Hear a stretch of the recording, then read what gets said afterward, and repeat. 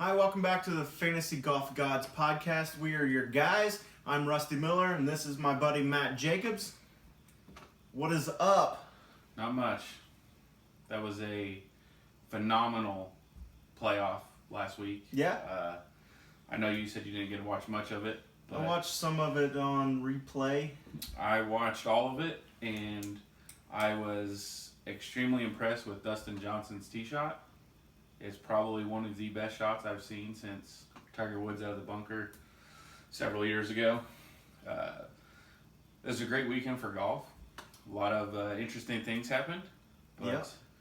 I had no use watching it after Saturday, so I didn't. Me and the wife went to a winery, and we spent the day there drinking my sorrows away. Yeah, your lineups. I was doing well.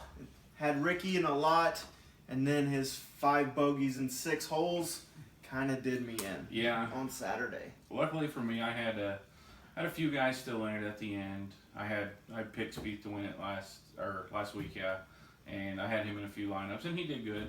He scored me some points, made a little bit of money. I think you did good. I'd have been okay if he won. Yeah. I like to see DJ win though. I really like him. He's a good golfer. I like to watch him. He's fun to watch. I think he makes the sport better. My big guy that got me was Patrick Reed though. Mm-hmm. I had several shares of Rahm, and somebody talked me out of them. We won't mention any names, but I went with Reed. I felt Reed was going to play better than what he did, and he was doing really well. I think he was tied with Rahm going into the last day. Are right there behind him, but Rahm turned it on. I mean, I don't think anybody expected Rahm to do what he did. I mean, he's obviously capable of it. Sure. I don't think anybody expected it. Was really excited to see Jonathan Vegas shoot that round. That was fun to watch. It was. But, so, I mean, just a bad week for me with Ricky blowing up on the weekend, Finau blowing up on Sunday, Woodland missing the cut. I mailed it in at that point. So, ready to regroup, ready to move on, shake off all the bad juju, and let's go. 25 guys from last week, so yeah, we got a nice even 100 guys playing this weekend. Give or take a few. 3. Yeah, I think there's a few that are 3 or 4 are out with injury, so don't take Piercy, Sneds, JB Holmes. He's done for the season. I don't know what's going on. I just got the news flash that said JB Holmes withdraws, so I don't know. We'll watch for an injury or see what happens there. Yeah, and Lucas Glover is going to play after his injury. That looked pretty nasty on Saturday on the 18th. Yeah. He ended up finishing that hole and playing on Sunday and is going to give it a go this week, but I'm going to stay away from him and Graham Dillette, who withdrew last week as well. So, just this time of year, you can't have any guys not playing all 4 rounds. Yeah, if you're not 100%, it's going to be hard to pick you in any of my lineups just because there are so many good players at this point. You can't risk any kind of withdrawal or injury. You know, hopefully Glover can pull through it and make it, but I don't think he's going to be worth picking in any lineup because if it tweaks, it's too scary. Yeah. Although if you're going to play in a GPP and you want a boom or bust lineup and you want to go contrarian, nobody's going to own him.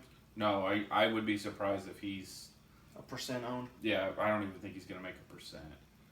And I'm looking at the FedEx Cup points right now. He's in 57th. So barring some kind of major disaster, he's going to make it. He's probably going to make it to. And they get a week off. And they get a week off. Let him heal up. So I wouldn't be surprised to see him go out and play and maybe play the first 2 rounds. And if he's not feeling it, don't even try to push it so he doesn't hurt himself more. I think that'd probably be the smart thing to do if he is actually hurt. Okay, before we move on, we wouldn't be our podcast if we didn't cover the big story of last weekend, which was Hideki missing the cut and just not playing well after coming in as the highest valued player last week, highest salary, and just didn't show up after that week off. No, I was really surprised by that. I'm going to try to pull up the number of shares I had of him because I honestly don't remember. We've looked at so many golfing numbers in the last few days. I think I had 2 or 3. I know you had a couple. Yeah, right? I had like 5, I think. So kind of hurt me a little bit there, but he was 33% owned or 30% owned. There are a lot of people that got hurt with him. So it didn't hurt me as much as it hurt some other people. Yeah. I had him in 3 lineups. Yeah. And it was surprising to see. I don't know what happened. I had heard something about he couldn't figure the greens out, which, of course, history plays, a lot with these guys. If they know this course, it's easier for them to play around on. Well, I mean, he's never a great putter, so if he wasn't feeling it... And that's the thing, he's not. I mean, he went the entire first day without a birdie and made 4 bogeys. So, I mean, that's not Hideki-like. No, you're not going to make cuts that way. And we'll cover what we think about him this week in a minute, but I just wanted to recap that because that was such a big story, especially after Friday after the cut. And he's just a non-existent on that top of tier of a player was shocking to say the least. Yep, I was very surprised. Yeah. All right, so now we're on to TPC Boston. So obviously in the Boston area this week, go from New York to Boston. East Coast is loving the golf this time of year. Been at this course for several years. 03, so 14 years they've been playing it. Did get a redesign in about 5 years ago. Added new features that make it. And we were talking earlier about the course and what they call them, the chocolate bunker, chocolate drop bunkers, mounds, and then the grass bunkers, which is the bunker with the fescue kind of lining it. So, you were saying it's one of your favorite courses to watch. Golf course. I always love watching this course on TV. The 18th hole is, to me, one of the better holes to watch in golf. I just always liked it. I don't know if it's. I always remember this being the first playoff event that I watched growing up that I can remember, and vividly remember each hole or several holes. So I don't know if that plays into it or not, but I really, really like this course. Yeah, so we're in the Midwest, and I like our landscape and stuff, but New England has a different landscape, and their course, I mean, just like if you go over to Ireland and they have their own features and stuff, New England has their own features, and this course really accents it, and it just makes it a cool course to look at and watch. So I'm excited to watch it again. It's one of my favorite courses to watch on TV every year as well, just because it is such a cool course with all the nature and the mounds. And it's exciting playoffs. Oh, sure. I mean, so that brings a lot into it too. Golf aside, the course is really cool. And then you go into the golf and what it means and who's there, and it's an amazing week. So, all right, in Boston, weather we usually cover. Yep, we've got the weather. It looks like it's going to be good for the most part as of right now. Remember that we're going to be on a Friday start this week. Yeah. And a Monday finish. First and only time all year, every year. The only Monday finish scheduled. Scheduled Monday finish, Which Labor Day. So, and with next week off, you don't have to worry about a short week going in. So it's a perfect time to do that. Yep. And weather it looks like 68 and sunny on Friday. Saturday 74 and sunny. The winds a little higher than this week or last week, 16 and 12 Friday, Saturday. Sunday it's showing we have a 70% chance of showers, so that could be a factor. And then Monday mostly sunny, winds again around 14 miles an hour, so they could play some havoc on these guys, but they're nothing they're not used to. So by Sunday though, the cut's made and the guys in contention are playing the same sort of weather. Yeah.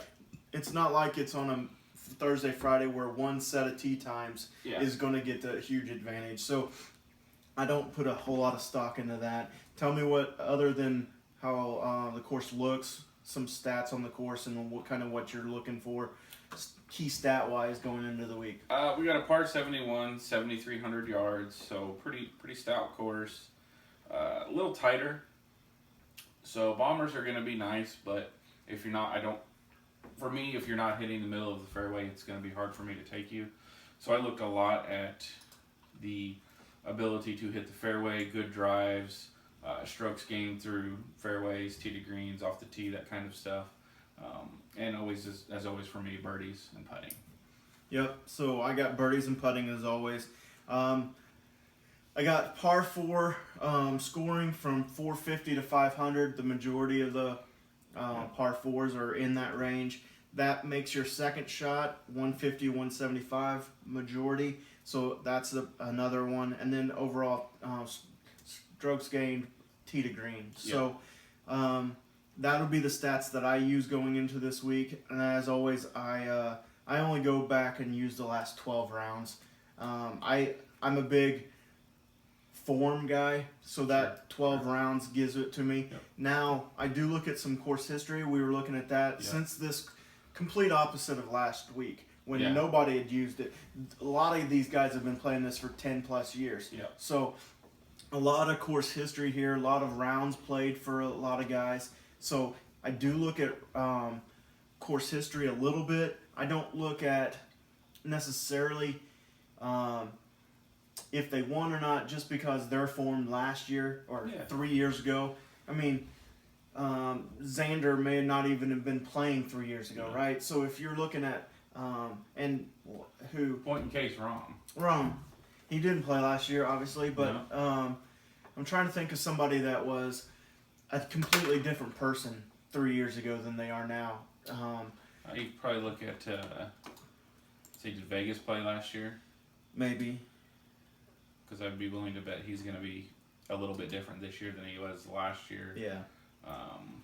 But, I mean, if you look at even Justin Thomas, we'll take him. 3 years ago, he's not the golfer that he is now.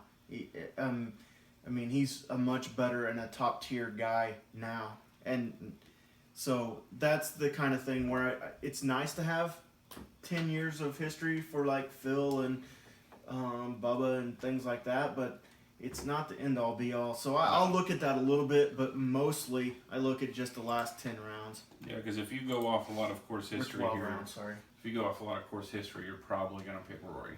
Because he's played here. He's played well here almost every year in the last 5 years.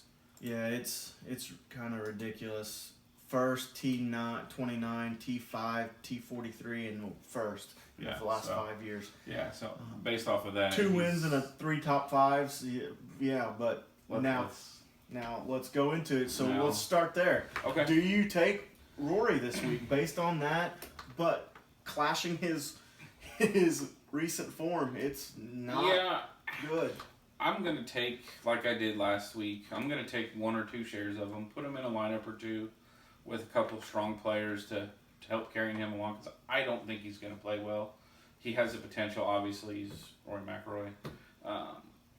But not a lot. I think he's struggling right now a little bit. Obviously, he's struggling with the putter. He did change after we made that joke. Yeah, he did take another putter to the course. I wouldn't be surprised to see him take several more this week. DJ changed putters last week. Did change putter. From the spider to more of a mallet putter. I think it was blade putter. Oh, blade putter. Yeah, blade putter. So we'll see on Rory. As of right now, I think I've got him in 1 or 2 lineups. That's probably gonna stay the same. I would like to think he's gonna make the cut, but like last week, you said he has just as much chance, or better chance to miss the cut than he does to win it. Mm-hmm. The only thing I can see here is he might be able to rely a little bit on his past here with the wins and the top finishes to help him through some of the struggles. So we'll see. And definitely not my core, though. We started out of order a little bit, and that's an interesting place to start, too, because he's down at $9,800. Yeah. So not even, and we have some, like we speculated last week, 2 guys up in the 12,000s this week. So re-jumblize. That's a new one. Yeah, so we just changed the order a little bit. Spieth and DJ, after their play last week, they're both in 12 grand. Yep. And then you go down to Rahm and Justin and Hideki into the 10 grand area. So there is a clear top tier. And you completely skip $11,000. Yeah, so interesting there. And then you drop down to Rory, Ricky, and Justin, and I'm a little surprised that Ricky got Jason. I figured Ricky would probably be right at 10. it's interesting because him and Hideki were the top two guys. Hideki completely plays like poo and misses the cut. Ricky's leading after 36 holes. And Ricky's lower. And Ricky's lower than he is. And he didn't drop he dropped more than Hideki dropped. Yeah, I don't understand that, but apparently somebody does at DraftKings. So. Well, and so here's my two core guys. I'm actually going to take those two guys, Ricky and Hideki. Yeah. So a little bit of, I like those guys. They pop in my model. I generally lean toward them anyway. But after being so highly owned, our percent last week, our salary last week, and then not performing so well, I think a lot of people are going to jump off their bandwagons. I think a lot of people are going to skip Matsuyama and just over him. So. And I think, his form's really good. He plays okay at this course. I just don't think he's not going to miss a cut twice. He's going to do that two times in a row. He's not. So I think that's a nice contrarian play right up top, that you're getting a top level guy at 10-1. Yeah, and I can't argue that. I'm going to go a little bit different than that. I do have Ricky in my core, but I also have Rahm. I know last week I had several shares of Rahm, and I couldn't argue that he hasn't been playing to the best of his abilities. But he played well. But he played really, really well. I don't think there were many people that saw him playing that good last week. I don't know that he's going to be able to play that good again this week. But he has something about him that I like, and I think he's going to be able to carry a lot of momentum. He, to me, looks like a momentum player. So I'm gonna have several shares of Rahm and Ricky as my top two guys. I'll probably take a Spieth and a Dustin again, just to get one or two lineups in there that have the potential for either of those two to win, because right now I think Dustin Johnson's back to slip down the stairs form. So, and I know I watched some of the interviews, and he feels like he's playing the best golf he's ever played. Well, his wedges are amazing right now. Well, and then you're going to skip over Jordan, who's in relatively really good form. Yeah. And, he finished tie first, second, whatever you want to go with that, and got into the playoffs. And arguably didn't play that great on Sunday. No, I don't think his putter was all that hot all week. So if you think about it, he's that good without his bread and butter being good. Yeah. So he's got a chance to get real hot. Oh yeah, to me this tournament could be won by Jordan in similar fashion to the way he started Sunday. Mm-hmm. What was he, 4 strokes ahead, 5 strokes ahead? Yeah. And 4, or he got to 5 ahead and then he dunked it in the water. Then he bogeyed. I could see him running away with this if Dustin Johnson's not on the form he was this week. If he is, I think it's another Spieth Johnson show, and everybody's going to be fighting for that 3rd, 4th place. But those two have been, that's going to take a lot out of them. And going back into this, they might not be, the power horses we think they might be. But you can't really count them out. So here's the thing with both of those guys being at 12,000 and nobody else at 11, and then down to 10.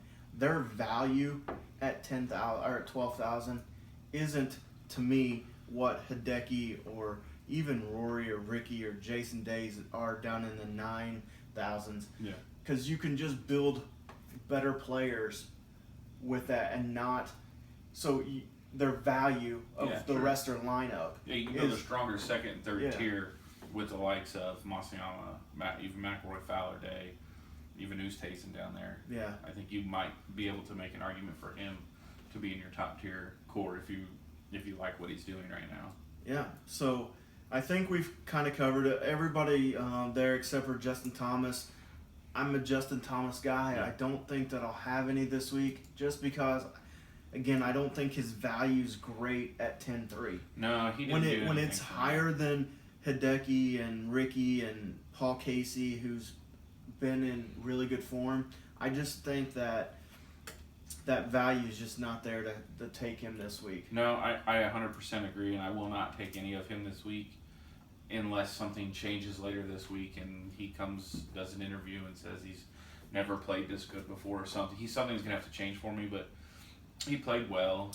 But his driver was horrific on Friday. Oh, yeah.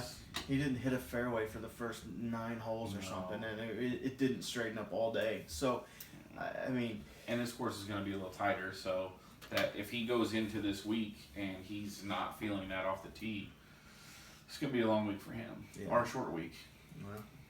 Well, I don't think he's in jeopardy of missing a cut. So I don't think so either. And there is a cut this week. Yes. So we'll be down to 70 after this. But we are having a cut this week. So the next group of guys, 89 for Paul Casey, Matt Kuchar's at 88, Brooks Koepka's at 87, Chappell's at 86, Patrick Reed's at 85, Garcia's at 84, Hoffman's at 83, Webb's all the way up to 82, Justin Rose is 81, and Gary Woodland is $8,000 this week. Probably going to stay away from that guy. 15 shares of him last week in a miscut. You can bet I'm not touching him this week. Not for 8,000. And he's $1,000 more in a smaller field. I don't know what that's about. I like Gary Woodland, and he'll probably play well, but he's too. Of course he will. He's too risky for me to take. Right, me too. There's a lot of big names in there that I like. One guy, he's first on my mid-pack core, is Kuchar. Okay. I feel like he's going to play really well here. That Friday, was it Friday's round? Oh, yeah. What do you go? Birdie, birdie, par, birdie, birdie, birdie. Par. He shot a 29 on the back, I think. Yes. That's crazy. He birdied 10 of the last 11 holes or something like that, or 9 out of the last 11 holes. Something like that, yeah. Something amazing. That's a run, and it was fun to watch. But then he kind of collapsed down the stretch on Sunday, played over par, I believe. So, I don't know. Not going to take any? Probably not. From the standpoint of, and there's guys that I like and that are good and consistent, but everybody else takes. And I try to stay away from, I'm chalky in a lot of different places, but in this mid Kuchar area, I just tend to always stay away from Kuchar. Yeah, well, I mean, a lot of people are going to own him because he's well known. Yeah. People know he can play well. And he's consistent. I don't know what his cuts he's made off the top of my head. Probably find that real quick. But he makes a lot of cuts, and that's, we talked a couple of weeks ago with, what term was that, the Wyndham, I think it was, where you're looking for guys just to make cuts. This is not that. You can have 6 guys here make the cut. You should have 6 guys. And you're not going to make any money. Right. You should have 6 guys to make the cut this Kuchar's week. 19 to 21 on cuts. So the only 2 people in the field that I'm showing that are better, Charlie Hoffman, Patrick Reed, both from this tier. You mean cuts made wise? Cuts made wise, yeah. Cantley hasn't missed a cut since he's been over here. He's 9 of 9. So, well, 9 cuts. That's, I mean, he's played half the season here versus what they have, but I get it. Yeah. It's interesting the last 3 in this group with Webb Simpson, Justin Rose. Webb Simpson's been playing really well. Justin Rose hasn't. I think Webb is a little above his value here. Yeah, I agree. If Justin was in form, he would be really good value here. Yeah. But he's not. He hasn't won since the Olympics last year. Hasn't really been playing great. No, I'd like to see Rose at about 78, 77. Yeah. Simpson, I would feel better at 8, 79. So Garcia showing up this week. Yeah, I like Garcia. I don't have him in any of my core lineups right now. That may change. We'll see kind of what the reports are. Took last week off. Hopefully he's rested, come out strong. But to me, Garcia is very streaky. Yeah, I mean, he didn't play very well at the PGA. No. He's a 0 or a hero. He's either going to make you or break you. And then those are the guys that you really kind of want to stay away from because you're not going to make money doing that. And that's the point of this podcast, right? Is to make some money. Yeah. So, I like Brooks in this category. I just love his game all the way around. I wish he could putt a little bit better. In this range, I'm in love with Paul Casey, who's Chalk City. Yeah. But Kevin Chappell plays well here. Yeah. He's in really good form. He'll probably be my number one highest owned guy this week is Kevin Chappell. So mark it down. That is the cursed guy, and he'll miss the cut. Yeah. So if you're taking that many shares, stay away from Kevin Chappell. I've got a few guys in this line or in this area that I really like that I'm going to build a lot of lineups around, and that's Kuchar, Casey, Chappell, Reed, Hoffman, and Simpson. Wow, you got everybody in there. Everybody but Sergio and Koepka. Yep. Adam Scott shows up this week a week earlier than he had planned after the birth of his second child. Mm-hmm. So don't know how much he's been playing. It's an interesting price at $7,900. It's tempting. If he's shows up in form, he's really, really good value. Yeah, and he's played well here last year. He placed fourth. Didn't play here in 2015, T16, T53, T7. So he's got the ability to play well here. Don't know if he's playing well right now, though. It'll be interesting to see. I may pair him with a Dustin Johnson lineup, kind of just out of my core guys. Pick, a Dustin Johnson, an Adam Scott, maybe a Sergio or something. Let's just say that might be the way I go with a lineup and go just completely boom or bust and go Rory, Adam Scott, maybe Justin Rose, just guys that could be really good have value, the capability but haven't been playing up to their standards. Just be willing to write that lineup off Thursday afternoon. Possibly. You might not make it midday Thursday. Yeah, so that'll be interesting. I might look at that. I mean, you could throw Phil and Bubba in that lineup, and then just be a boom or bust completely. I would probably even take Horschel in there for a cheap guy because he won the FedEx Cup. Yeah. So he can do it. Yeah. So that's interesting. Anybody else you want to talk about in the... No. 78, 76? I think I get down to... You got any use for Keegan or Henley or Berger? Nope. I've got nothing. Keegan I like, but I'm not going to take any this week. Reeve, I think is a potential good play. I'm a little undecided on him right now, but as of right now, he's on the outside of my core. Kiz is in my core. I like Duffner, but he hasn't really shown me anything that I want to see to continue to be there. Mm-hmm. We'll see. He played well a couple rounds last week. Yeah. I don't think he finished. What did he end up finishing last week? Just at $7,800.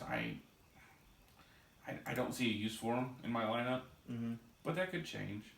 T20 last week. So not horrible. No. But let's see what he T33, T60 didn't play, T9, T18. So, I mean he's not trending. No missed cuts. That's true. More than we can say for Bubba. Yeah. More than we can say for Phil. They both missed cuts last year here, which only means that lefties can't play. So stay away from all of them. From a lefty. Apparently, it's a bad deal.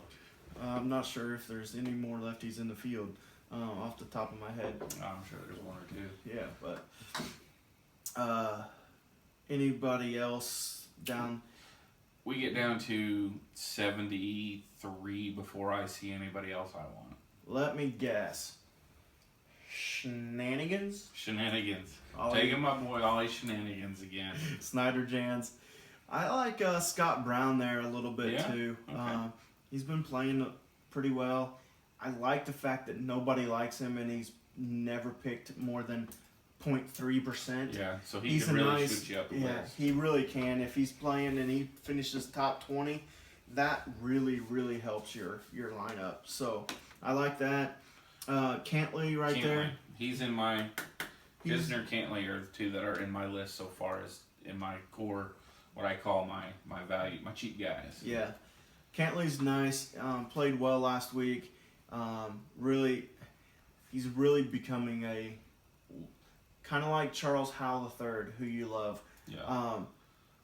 People are starting to notice that Cantley is valued. He's always there, and he's always making cuts and playing. So he's trending up in the ownership. So I'll have a couple, but I think I'm going to pivot off of him a little bit. Sure. And try to find somebody else in that area that I can find some value in.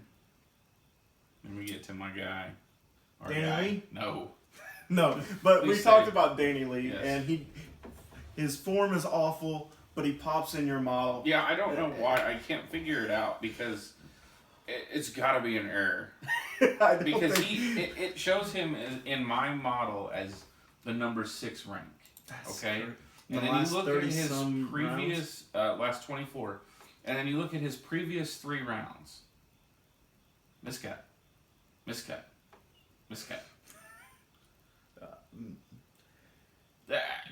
There's no more I can say than that. So I don't see how anybody can take him. Yeah, he's 76th in my model, so I won't have any of them. I mean, cut is not a recent form that I want any part of. No.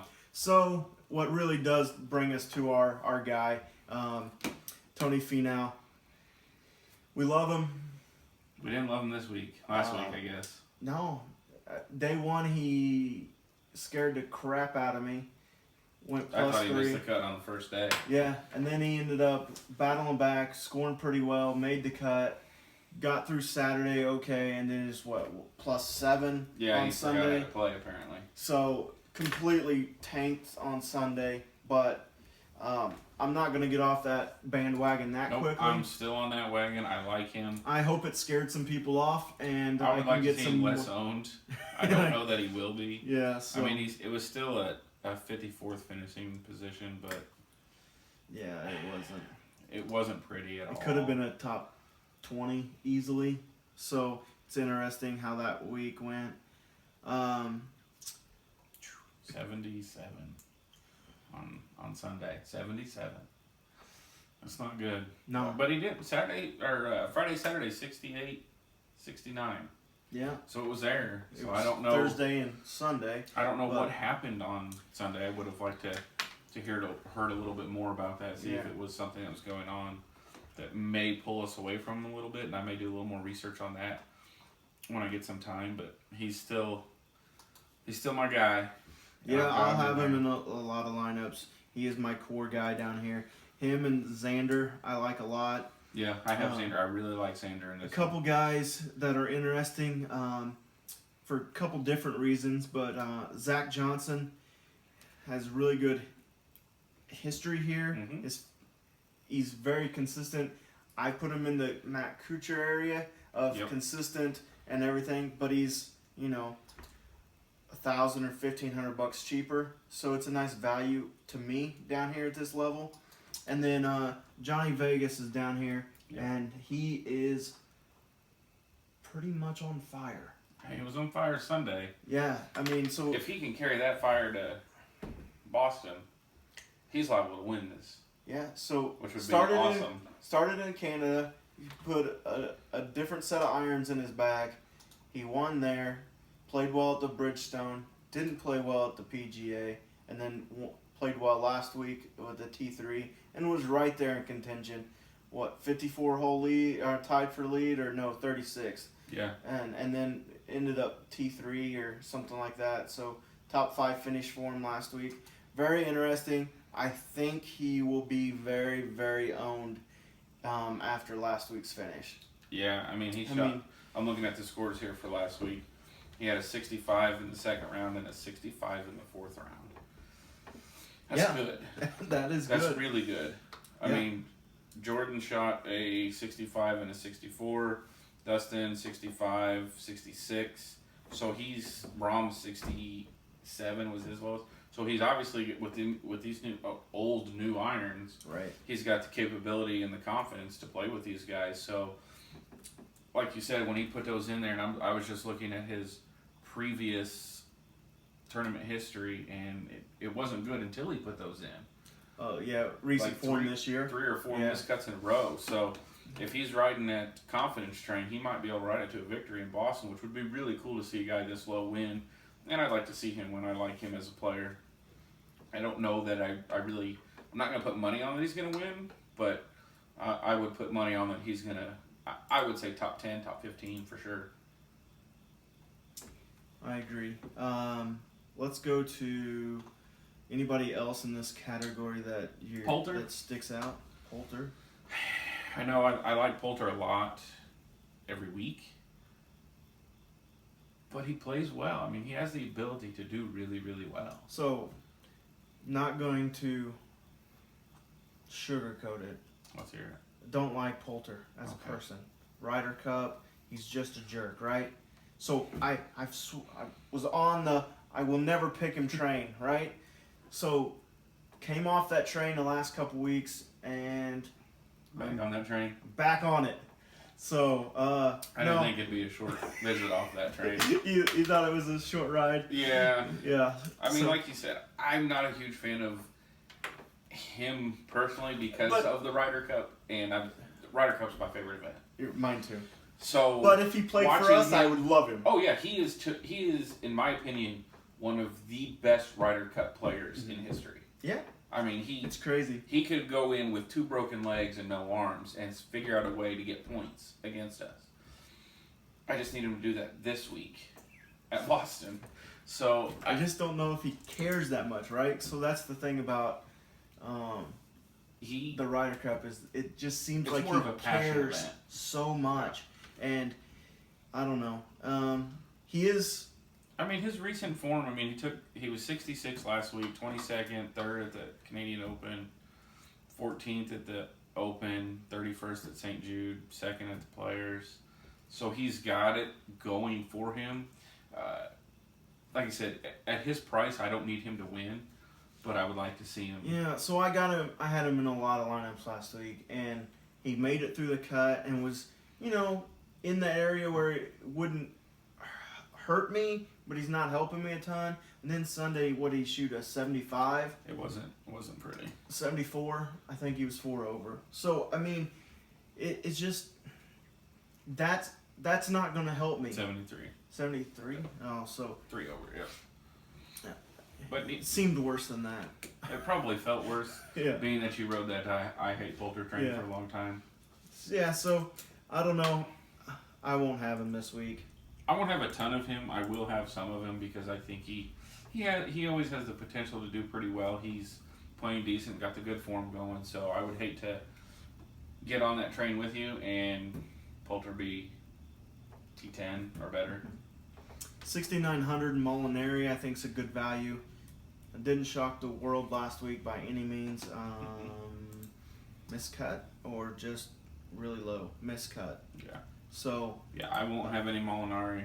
Jumping off that train or that bandwagon already. Yeah. That was short-lived. Talk about your short-lived train rides. Yeah. You jumped on after the PGA and jumped off last week. Yeah, well, it's one of those things. Last week we talked a little bit about how you're more of a stats guy, I'm more of a feel guy. Yeah. He is somebody I solely picked on stats. Yeah. And it didn't work for me because I would never pick him based on gut feel. He doesn't do anything for me in that, that gut feeling of he's going to play well. Great player, but he's not doing anything for me. And I probably won't pick him any the rest of this year. Okay, so one other guy I want to touch on down here is probably one of the hottest players, it seems like, and that's Varner, Harold Varner III. Played in his way the last 2 weeks, and right now sitting 93rd in the FedEx Cup. So if he has another hot week, he can make it another week in the playoffs, which is kind of that's cool. So that's he needs to play well. He's hot. Yep. It's interesting. So he was more owned last week, like doubled his ownership from the week before. Yeah. So if that's going to continue, then he doesn't look as attractive down there. But he is definitely somebody to watch, and kind of root for if you like the underdog and the Sure. guy that's just gonna try to fight all the way through. I mean, he's been in playoffs for the last 3 weeks, right? It's win or go home. Yeah. So he's been playing well and riding that. I saw an interview with him. He's changed, got a new advisor for his putter, and he's changed a couple mechanics, and he says he's been putting a lot better with that. So that's interesting, and we'll just go from there, I guess. So Yeah, I really don't have anybody else down there that I like. James Hahn always intrigues me, but he's been a little off his game lately.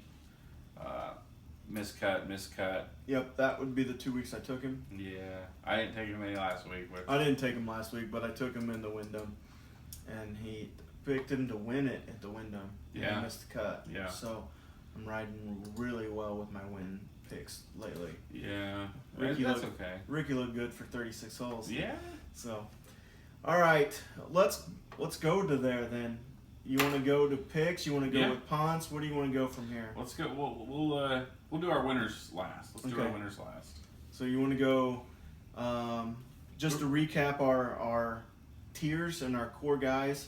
Yeah. So tell me in your top tier. Top tier is Ricky Hideki. Okay, and give me 2 guys from the mid tier you can't live without.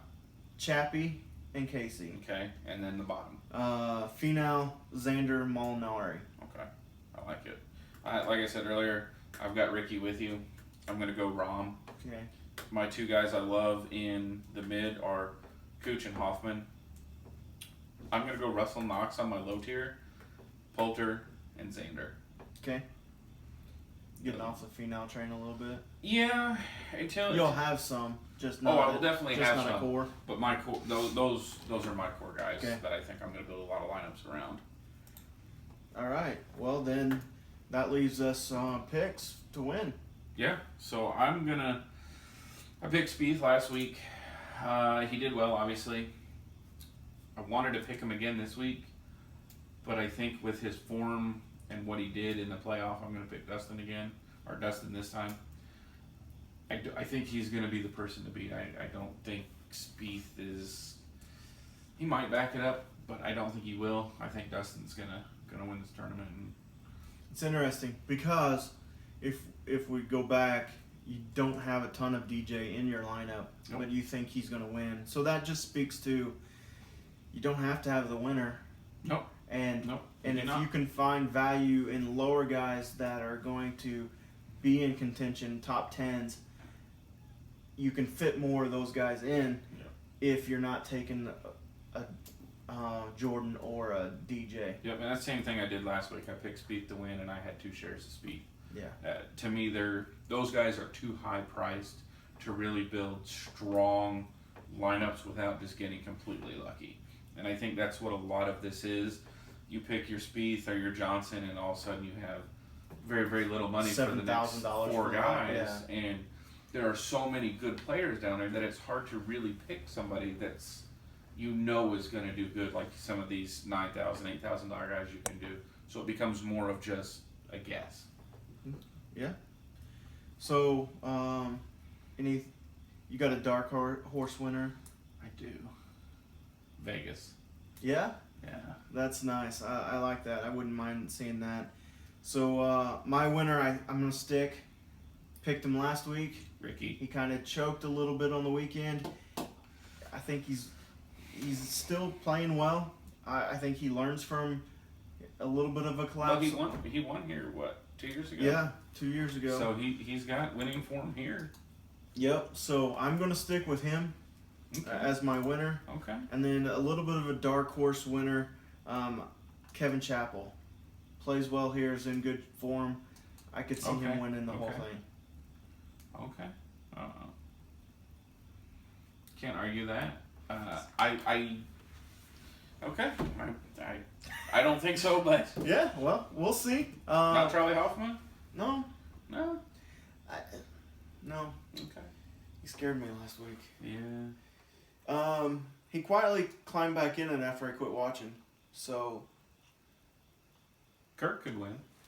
He won here in 2014. He ain't winning. No, I don't think think so either. I think he's going to miss the cut. What's your prediction on McIlroy? Where does he finish? That's interesting. Honestly, I want to see him play well, but I think he's makes the cut, out of contention, 20 to 30 plays. I was gonna say 32nd. That's my number. I'm gonna write down 32nd. We'll see. We'll see how close we are. Yeah. So. Is there anybody you see in here to absolutely 100% stay away from? I feel like there's a couple. Justin Thomas is the guy for me, because of the value. There's just no value there for me. And then Adam Scott. Just because we don't know how his form is. I mean, taking the last, he hasn't played in a week or two. Yeah, a couple weeks.